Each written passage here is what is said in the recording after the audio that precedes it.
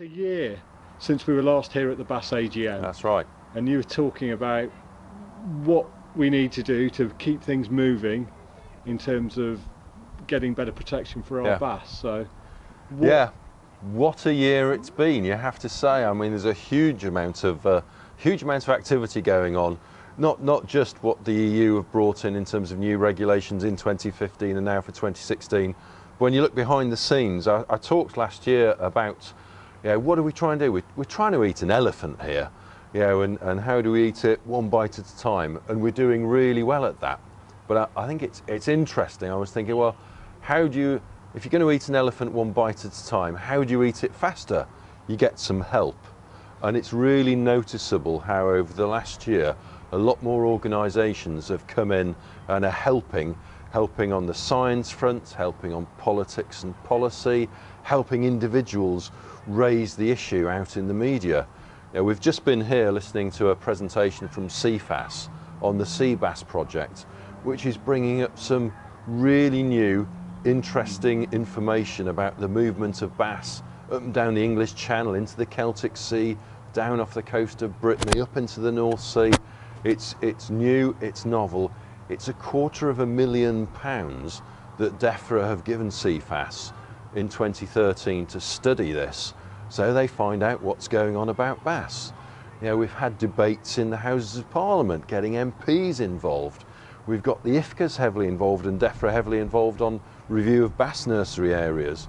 We've got the BBC picking it up on Countryfile, national, 8 million viewer TV programme, BBC radio stations around the coast as well, picking it up. We've got Blue Marine Foundation organising workshops to try and understand and figure out if there's a solution to better management between anglers and commercials. Bass conservation, what it means to anglers, what our fishing for bass means to the country, is on an awful lot of agendas now. When you go back 5 years, when I first started trying to contribute and help, when there was nothing happening, nobody was talking about it, there was no policy, politicians didn't know, whatever work was going on at a very low level in the scientific organisations, the funding was being cut. We are in a dramatically different place, and I firmly believe the more the evidence gets out there about the state of the bass stocks, the difference between anglers and our impact on bass and commercials, and the difference between the value of angling for bass to the country that own the bass and the value from commercials, the more that information gets out, the more people, politicians, policymakers will understand the need for action and the need actually to act to give us a much fairer, a much better slice of this cake. So I think it's all really good. As ever, politics for me moves too slowly. It is too little too late, but we are very much moving in the right direction. There's a lot more, I'm sure, to come, and we are going to get there, which is great news actually. And what can we continue to do to keep pushing to get there quicker? Thank you, Matt. That's a great question, because ultimately it does come down to politicians and they need to take decisions. And I was talking this morning about how we give politicians more backbone, because they need backbone, they need spine to actually go further, go faster.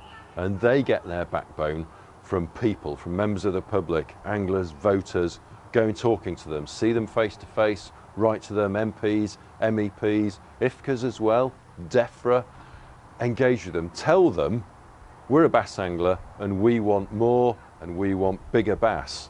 And we don't anymore. 5 years ago, you would have to explain about the issue and you'd have to try and persuade them that there was a stock problem. You'd have to try and persuade them there were 900,000 anglers in bass and our favourite fish to catch was bass and we were worth billions to the economy. You don't need to persuade them of that anymore. That is all known. If they don't know it as an MP, they'll very rapidly be able to find out. So you don't need to actually persuade them of all those issues. You just need to tell them, I'm an angler, I'm a bass angler, and I want more and bigger bass, and I want you to start doing something about it. Brilliant. And that will help hugely. And one of the reasons these MPs already start to know a lot more about it is through your work, David. and SOS Bass and various other things you've been involved in campaigning. Yeah, I mean, I think we've been working really well. I have to say the Angling Trust have been doing sort of a great job. I think they were instrumental in getting the discussion in the House of Commons sort of a month or so ago. Really big campaigning effort, and I think we're working well together. It's probably worth just sort of dwelling on what has actually happened in the last year. Some really major successes, and I think we have to sort of recognise those and celebrate those. I had people telling me, well, the problems of French pear trawlers, you'll never stop those French pear trawlers. And we're now in the position, the French trawlers were going to stop in 2015. There are no French trawlers, well, we hope there are no French trawlers, if they are, they're out there illegally, sort of now. The minimum conservation reference size, you know, we've been pushing for that as an organisation for years and years. We had a major setback in 2007 when we thought we were going to get it, but you know, we finally got it. It's not as much as we want. You know, we wanted 48, we've got 42, but you know, that's a very good sort of start. It's a positive step. We've got vessel catch limits in. You know, they're higher than we want them to be, but we've still got them, and we now have the ability, we can start working on the politicians to try and ratchet those limits down. And we've got a moratorium. I mean, as we sort of stand here now, there's no fishing, no bass being landed across Northern Europe. That's a fantastic thing. So I think it sort of demonstrates that the campaigning really is worthwhile, and it really makes a difference. And everyone can sort of play a part in it, sort of one way or another. You know, even if it's only just take a few minutes, go onto the Save Our Sea Bass website, and you know, whatever the current sort of push we're having, you know, sort of send an email to the EU fisheries ministers. It only takes a minute, and we're hearing back from the EU Commission. They really appreciate the feedback they're getting from anglers, yeah. And they're recognising that recreational anglers sort of care for the stock.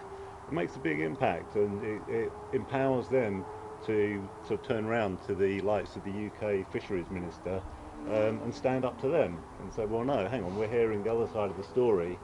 You know, we have to be protecting these stocks, not just protecting commercial fishing profits. So yeah, I'd encourage everyone to sort of get involved, because things are changing. We can actually see that we're making a difference. Yeah, so all those involved are doing a brilliant job, and we just need even more people. Absolutely right. Yeah, absolutely. I mean, we should actually thank everybody that's been involved in the last 5 years. It's that involvement that has got us where we are now. You know, DEFRA wouldn't have spent £250,000 on the study that we've just been hearing about today if we hadn't been all badgering them and telling them and making them understand the importance. So it's fantastic. Keep it up, and it'll keep getting better. Brilliant. And you guys keep up your brilliant work as well. Okay. So, thanks very much. Excellent. Thank you. Thank you. Thank you.